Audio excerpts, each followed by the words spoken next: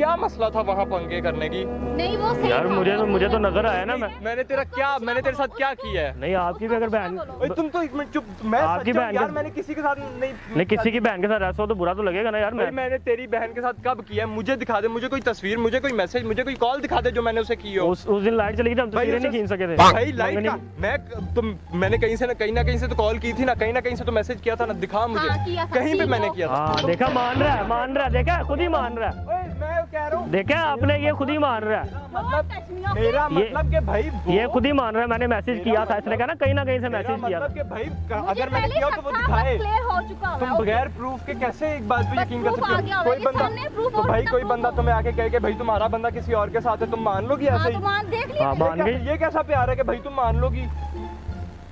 नहीं जो भी है यार, लेकिन गलत बात है यार किसी की बहन के भाई साथ। तू एक मिनट, तू तेरे से बात की, मसला तो मेरा ही है ना यार। तो भाई तू एक